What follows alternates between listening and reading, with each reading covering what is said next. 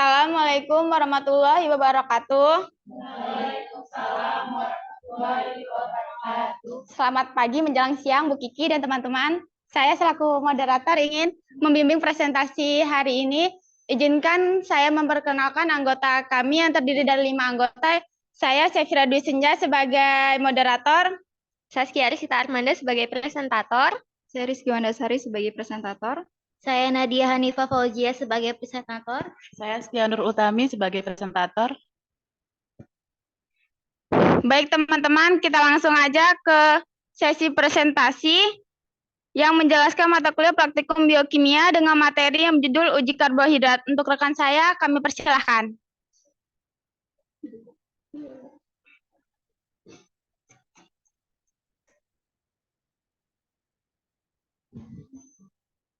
Baik, terima kasih kepada moderator atas waktunya. Di sini saya akan menjelaskan tentang tujuan dan manfaat dari uji karbohidrat. Tujuan dan manfaatnya adalah agar mahasiswa dapat mengidentifikasi adanya gula-gula produksi, serta mengetahui adanya gugus produksi pada monosakarida, dan mahasiswa juga dapat menguji adanya polisakarida. Panitia bisa connect? Baik, karbohidrat itu merupakan sumber energi dan cadangan energi yang melalui proses metabolisme. Di dalam tubuh, karbohidrat akan dibakar untuk menghasilkan tenaga atau panas. Jadi 1 gram karbohidrat itu akan menghasilkan 4 kalori. Menurut besaran molekul karbohidrat dapat dibedakan menjadi 3, yaitu monosakarida, disakarida, dan polisakarida. Baik, ada 3 uji yang dilakukan, yaitu uji Benedict, uji Fehling, dan uji iodium. Alat yang digunakan pada uji karbohidrat adalah tabung reaksi, beker gas, penjepit kayu, api bunsen, pisau, mortir, timbangan, dan pipet tetes. Bahan yang digunakan itu ada apel, pisang, mangga, dan jagung, tapi kami di sini menggunakan sampel apel dan pisang. Lalu reagennya ada reagen Benedict, Fehling, iodin, dan Aquades.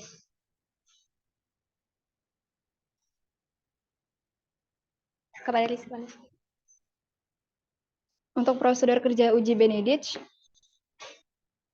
masukkan 4 tetes sampel pisang dan apel ke dalam masing-masing tabung reaksi, kemudian ditambahkan 6 tetes reagen Benedict, digoyangkan, setelah itu panaskan melalui api bunsen selama kurang lebih 1 menit, kemudian dinginkan perlahan-lahan dan amati perubahan yang terjadi. Yang terbentuk warna merah, hijau, merah oranye, dan merah bata, maka hasil yang diperoleh yaitu positif. Untuk hasil praktikum uji Benedict, pada sampel pisang, warna yang terbentuk hijau tua, maka hasilnya positif. Untuk sampel yang kedua, apel, warna yang terbentuk oranye, hasilnya positif.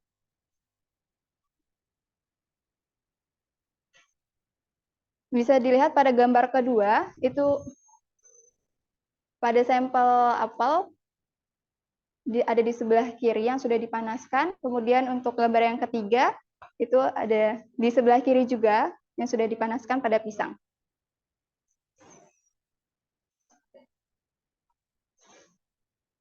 Prosedur kerja uji Fehling, masukkan 1 mili Fehling A dan 1 mili Fehling B ke dalam masing-masing tabung reaksi, kemudian ditambahkan 5 tetes sampel pisang dan apel, aduk agar tercampur dengan sempurna.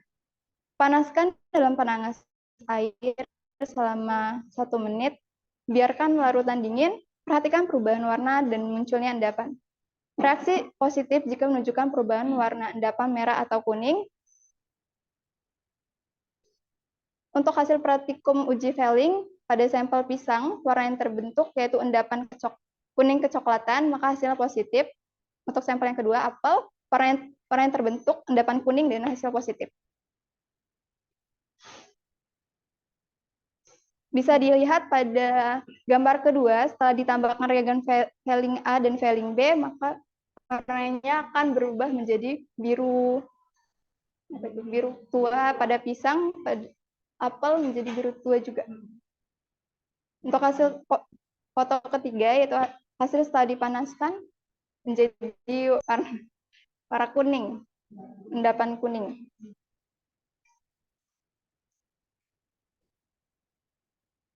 Untuk prosedur kerja uji iodium, masukkan 4 tetes sampel pisang dan apel ke dalam masing-masing tabung reaksi, ditambahkan 6 tetes reagen iodium, digoyangkan, kemudian dipanaskan melalui di atas api bunsen selama kurang lebih 1 menit, dinginkan dan amati perubahan. Reaksi positif pada amilosa ditandai dengan warna biru dan reaksi positif pada amilopektin ditandai dengan warna kemerahan. Hasil praktikum uji iodium pada sampel pisang, warna yang terbentuk yaitu biru, maka hasilnya positif dan termasuk ke dalam amilosa. Kemudian pada sampel apel, warna yang terbentuk merah bata dan hasilnya positif termasuk amilopektin.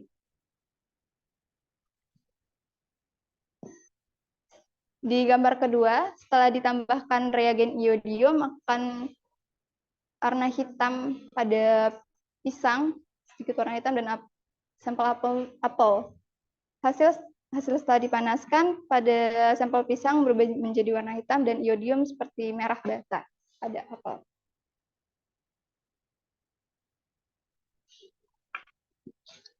Baik, dari percobaan yang telah dilakukan, didapatkan perubahan warna yang terjadi pada pengujian Benedict. Sampel pisang warna yang terbentuk adalah warna hijau tua, sedangkan pada perubahan warna hijau tua ini menandakan bahwa hasil yang diuji adalah positif. Sedangkan pada buah apel, perubahan warna yang terbentuk yaitu warna orange, dan perubahan warna ini menunjukkan hasil yang positif. Hasil sesuai dengan teori yang ada. Dan pada uji Pehling, sampel pisang menunjukkan adanya endapan berwarna kuning kecoklatan, pada buah apel menunjukkan adanya endapan yang berwarna kuning, yang menunjukkan bahwa semua sampel positif, maka hasil yang didapatkan sesuai dengan teori atau literatur.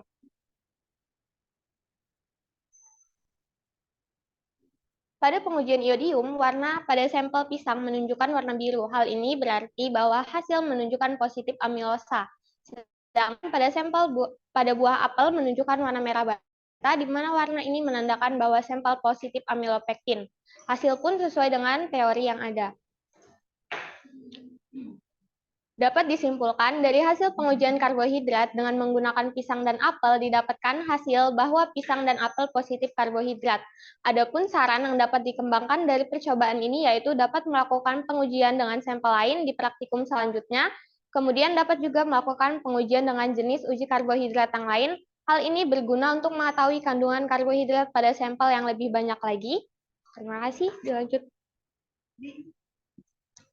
Moderator.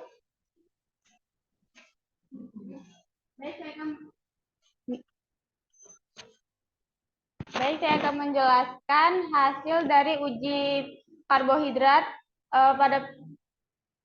pada sampel apel. Pada reagen Benedict dia menghasilkan warna kuning, pada sampel pisang dia menghasilkan warna hitam.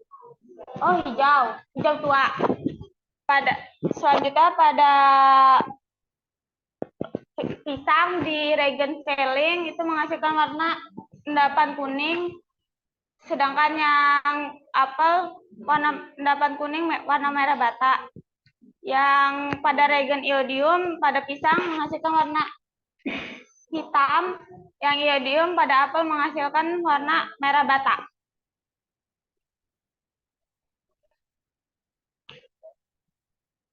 Selanjutnya kami akan mempresentasikan pada uji lemak. Kepada Saudara Nadia kami persilahkan.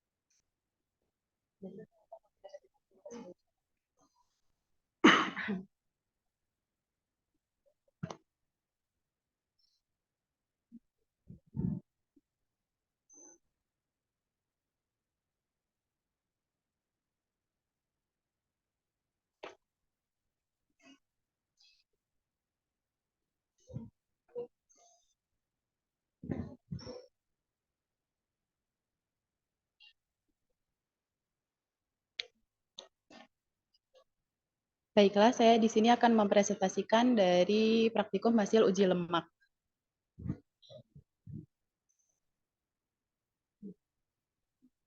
Lanjut.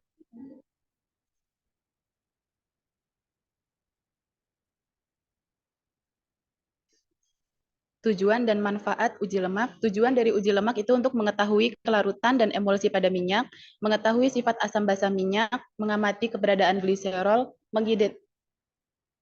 mengidentifikasi keberadaan kolesterol, dan mengetahui dan mengamati bentuk kristal kolesterol.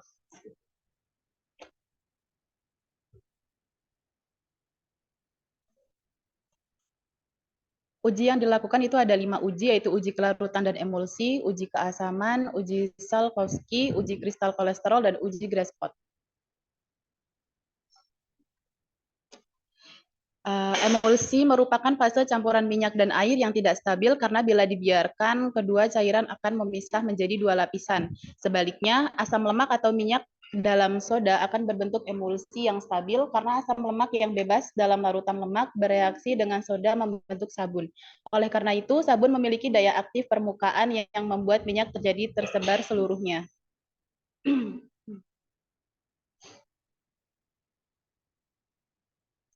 Uji keasaman minyak dilakukan dengan tujuan untuk mengetahui sifat asam atau basa pada minyak. Umumnya, pada minyak murni, pH yang didapatkan adalah netral, sedangkan pada minyak jelantah atau minyak yang sudah tengik bersifat asam, hal ini dikarenakan minyak mengalami hidrolisis dan oksidasi yang menghasilkan aldehida, keton, dan asam lemak bebas. Uji Salkowski dilakukan untuk mengidentifikasi keberadaan kolesterol. Prinsip uji yaitu kolesterol dilakukan dengan kloroform anhidrat, lalu tambahkan asam sulfat.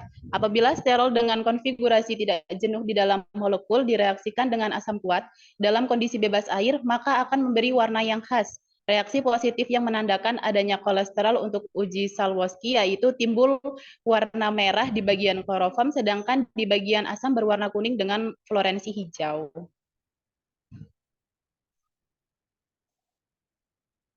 Uji kristal kolesterol dilakukan dengan tujuan untuk mengetahui dan mengamati bentuk kristal kolesterol. Apabila kolesterol dalam darah terlalu tinggi, maka akan terjadi pengendapan kristal. Kolesterol dapat menyebabkan penyempitan pembuluh darah karena dindingnya menjadi tebal, akibat elastis pembuluh darah menjadi berkurang sehingga aliran darah terganggu.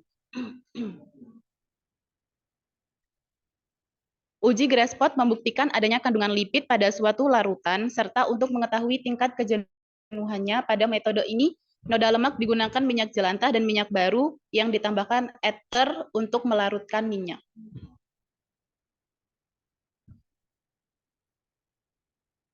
Yang selanjutnya akan dijelaskan oleh saudara Nadia.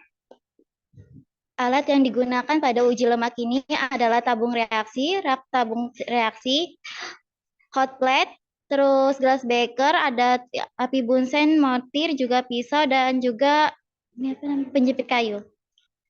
Lanjut. Sampel yang digunakan ada minyak goreng, mentega, gaji sapi, dan juga margarin. Reagen yang digunakan pada uji ini ada air etanol 96%, kloroform, ether Na2CO3 0,1%, terus ada kalium hidrogen sulfat, KHSO4, dan juga H2SO4 pekat, alkohol 70%. Cara kerja uji kelarutan yang pertama adalah masukkan 2 ml air etanol 96%, kloroform, ether, dan juga Na2CO3. Kemudian dimasukkan ke dalam masing-masing tabung reaksi yang sudah berisi sampel, dan kocok larutan dan diamkan selama 5 menit, lalu amati sifat kelarutan yang terjadi pada tiap tabung. Hasil praktikum kelarutan minyak goreng pada Aquades, etanol, dan juga ether, itu dihasilkan minyak goreng tidak larut dalam pelarut tersebut, tetapi minyak goreng larut ke dalam kloroform. Dan juga pada Na2CO3 1%, minyak goreng larut, tapi dia terbentuk emulsi. Dua fase, tidak larut, tapi dia terbentuk emulsi dua fase. Nah, ini dia hasilnya. Yang di sini kalau tidak salah kloroform, dia hasilnya di sini larut, dan di sini dia Na2CO3. Hasilnya di sini terbentuk emulsi, dia seperti mengeras gitu, dan juga terdapat endapan putih.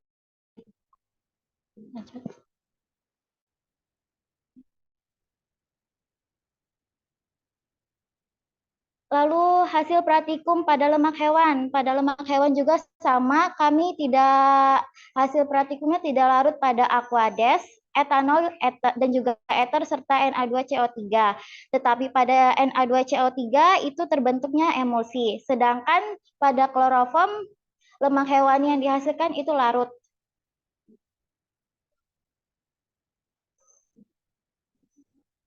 Ini fotonya. Yang ini dia larut dalam kloroform, sedangkan yang ini dia terbentuknya emulsi pada Na2CO3. Lanjut. Terus hasil praktikum kelarutan pada lemak nabati juga sama, dia tidak larut dalam aquades, etanol, dan juga ether dan Na2CO3, tetapi pada Na2CO3 dia terbentuk emulsi. Sedangkan lemak nabati juga larut dalam kloroform.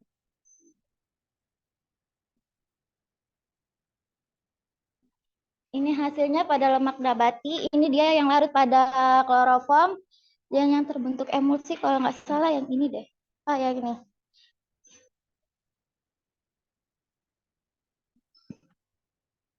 Cara kerja uji keasaman.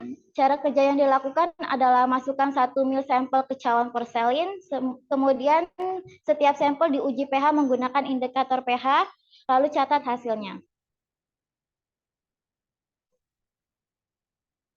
Hasil praktikum kelarutan uji keasaman sendiri pada minyak goreng pH keasamannya 5,9, minyak jelantah 6,5, lemak hewani pH keasamannya 5, dan lemak nabati pH keasamannya 6. Hasil yang didapatkan pada praktikum kami yaitu pada minyak goreng, minyak jelantah, dan lemak hewani, itu hasilnya itu asam karena pH-nya di bawah 7 atau di bawah dari normalnya. Berikut. Dah. Ini.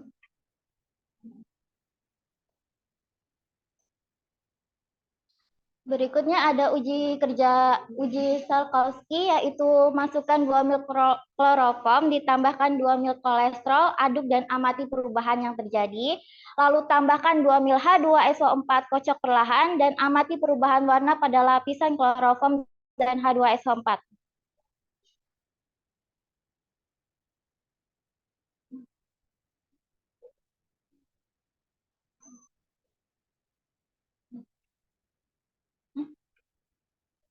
Hasil praktikum kelarutan uji Salkowski itu ada lemak hewani, dia terbentuk 2 fase, kuning keruh dan jingga. Sebenarnya ini bukan jingga ya, tapi warna dia lebih kemerahan di bagian bawah karena pada kolesterol itu terbentuk, yang hasil positifnya terbentuk warna merah.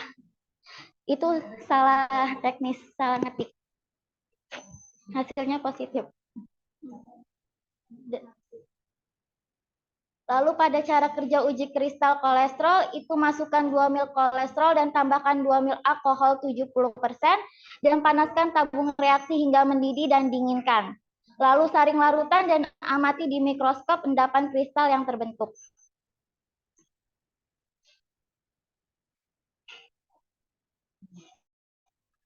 Hasil praktikum uji kristal kolesterol itu pada lemak hewani ya, hasilnya positif, dia terbentuk kristal. Sebenarnya iya sedikit kayak goresan-goresan kecil gitu.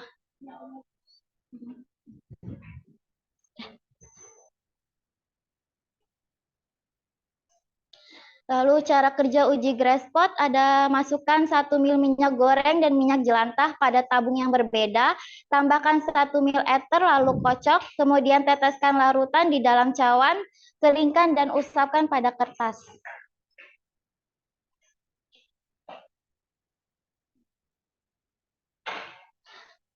Hasil praktikum kelarutan pada uji Grasspot itu pada minyak baru, perubahan warna lapisan dari kloroform dan H2SO4 itu terbentuknya transparan, hasil positif. Sedangkan pada minyak jelantah itu hasilnya transparan, negatif, karena seharusnya pada minyak jelantah itu terdapat bercak, tapi karena minyak jelantah kami itu masih baru ya, masih baru-baru dipakai berdua kali, jadi hasilnya negatif dan dia masih termasuk baru, transparan.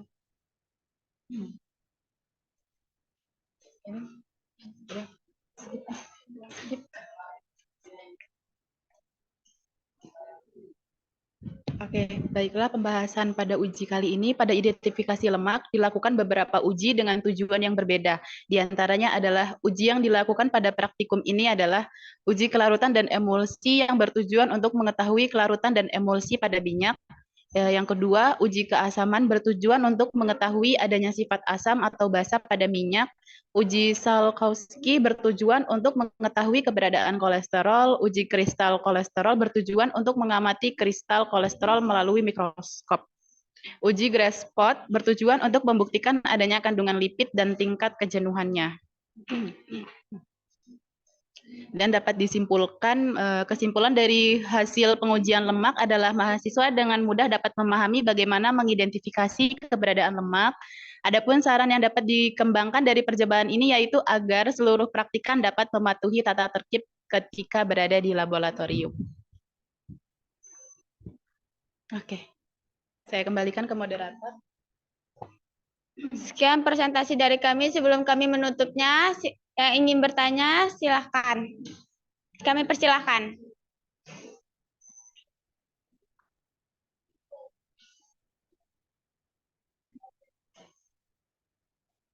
Untuk yang ada di Zoom, jika ingin bertanya untuk mempersingkat waktu, sebaiknya bertanya lewat link yang sudah disediakan.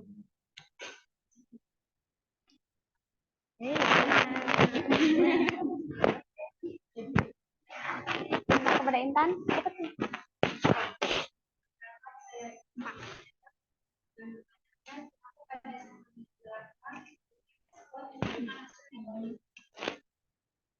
Baik, Intan, terima kasih. Selanjutnya ada yang ingin bertanya?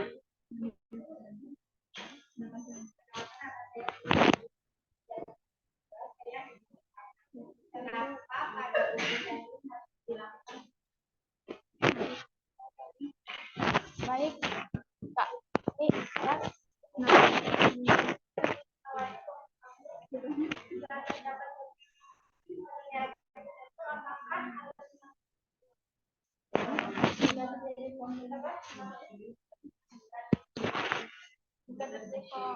Kontaminasi mengalami.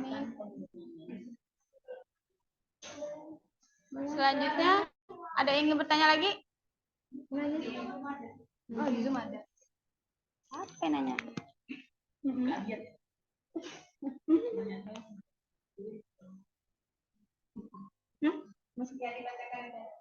Yang mana, Bu?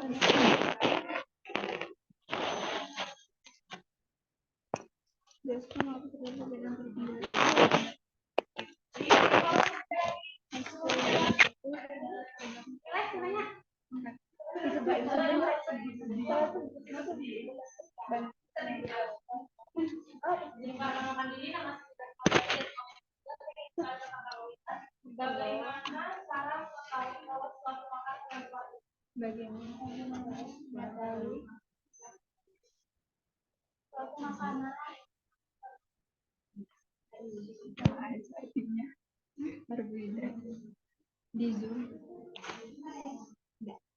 Ini gue aja nanya. Iya, kalian aja, kalian kirim duluan.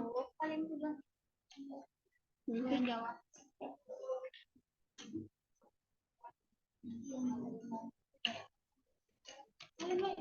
Sabar. Tadi yang ini gimana? Yang tadi jadi pengolahan. Gimana tadi?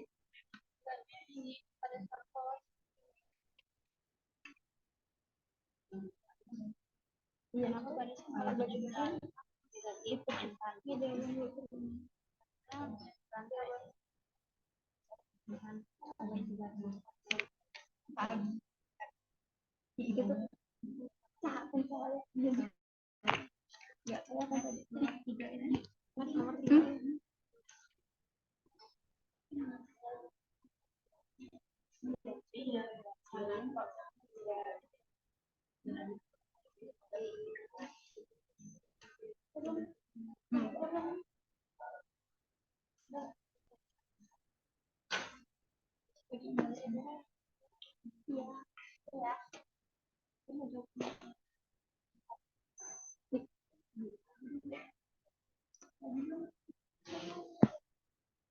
Saya akan menjawab pertanyaan Kak Abi. Jawabannya itu di PPT ini ada kesalahan teknis, yaitu salah pengetikan, dan di gambarnya itu karena cahaya fotonya jadi kayak kurang terang gitu, kurang jelas. Padahal mah hasilnya positif. Positif. Dikarenakan kesalahan saat mengetik dan penyampaian. Oke, terima kasih. Baik, saya akan menjawab pertanyaan dari Intan.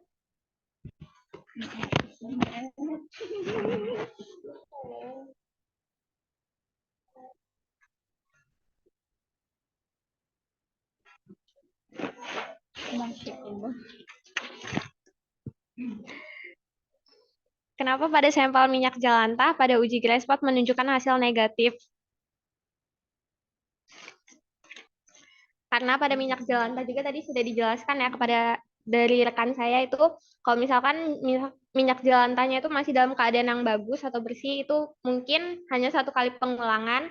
Seharusnya minyak jelantah itu minimal digunakan lebih dari 4 kali pengulangan. Jadi pada bercak itu seharusnya dia juga terlihat hitam gitu, bercak kuning. Share dia aja. Mana pertanyaannya? Mana pertanyaannya?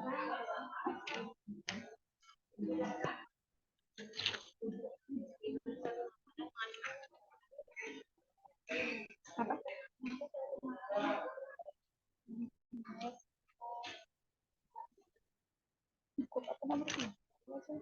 Itu Nadia.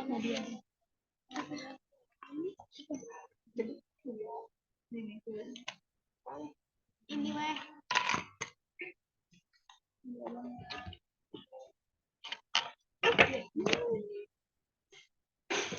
Ini ya, bagaimana suatu makanan? Oh ya. Baiklah, di sini saya akan menjawab pertanyaan dari Katiles, yaitu bagaimana suatu makanan mengandung karbohidrat. Jadi jawabannya itu, apabila makanan ditetesi iodium dan ditunggu beberapa saat, lalu ada perubahan pada makanan, yaitu berubah menjadi warna biru kehitaman, maka bahan makanan tersebut mengandung karbohidrat. Itu hasil positifnya. Jika dia mengandung karbohidrat. Mana lagi?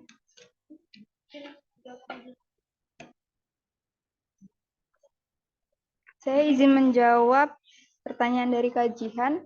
Jika terjadi kontaminasi. Jika terjadinya kontaminasi pada sampel, kalau emang misalnya ada sampel yang lebih bagus atau sampel baru, itu nggak apa-apa diulang. Tapi kalau misalnya nggak ada, ya percuma juga mau diulang berkali-kali, tetap aja kalau misalnya sampelnya terkontaminasi, hasilnya nggak bakal positif juga. Gitu aja. Kak Tri ya? Ya. Ini kan jawabannya. Udah. Mengapa uji Fehling harus melalui pemanasan? Iya.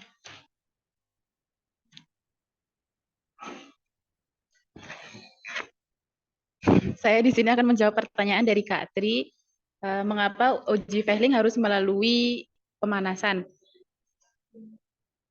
Karena uji Fehling itu digunakan untuk menunjukkan sifat khusus karbohidrat dengan untuk mengetahui adanya gugus aldehida. Sudah. Baik, teman-teman, apakah pertanyaannya sudah menjawab? Sekian presentasi dari kelompok kami. Kami ucapkan wassalamualaikum warahmatullahi wabarakatuh.